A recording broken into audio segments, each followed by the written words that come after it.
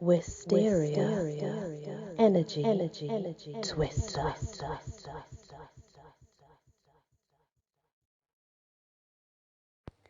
Hello everyone, welcome back to the Encyclopedia of Faeries. So we're on D now, and we are on the Daoine Sidhe. The Daoine Sidhe. It basically means people of the fairy hills. Sidhe being the older spelling word of the modern word sea.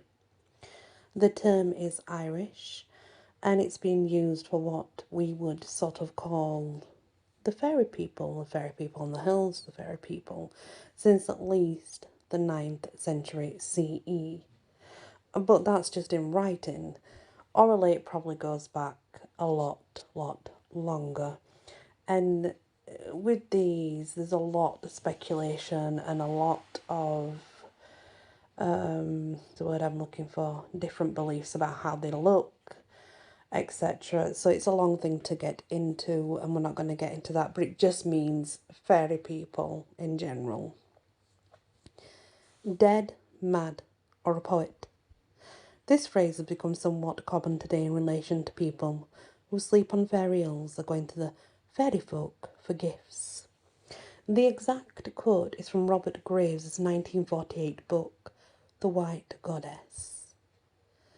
There is one stone seat at the top of Cadair Idris, the chair of Idris, where, according to the local legend, whoever spends the night is found in the morning either dead, mad, or a poet. Graves has a reputation for being quite inventive with the source material, creating whole cloth, the Druidic goddess, Druantia, and Druidic tree calendar, for example.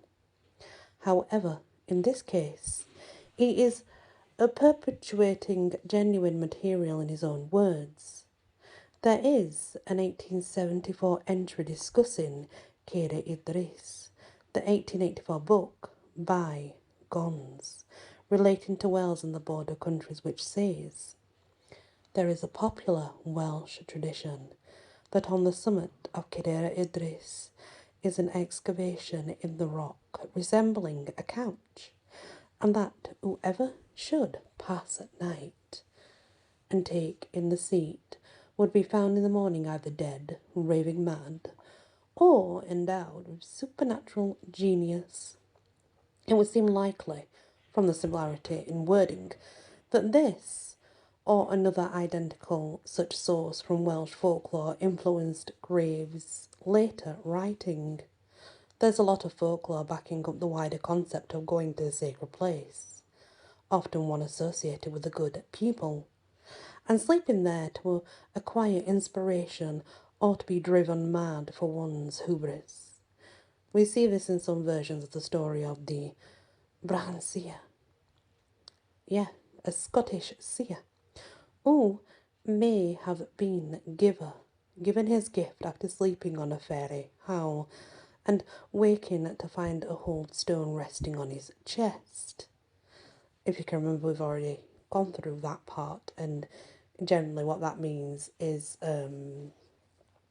it's a hagstone, they call it now, and it's meant to be used by witches, but they are meant to be gifts from the Fae. There's many other things that are meant to be gifts from the Fae, but that's one of them, obviously.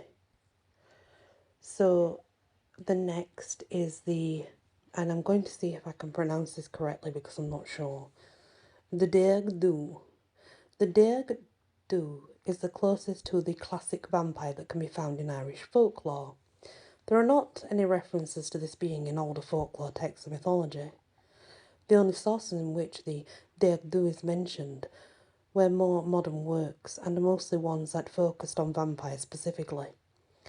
So it's possible we can be sort of skeptic regarding it being an actual fairy, because the stories of them, they are more up to date and not at all, let's say, from way back.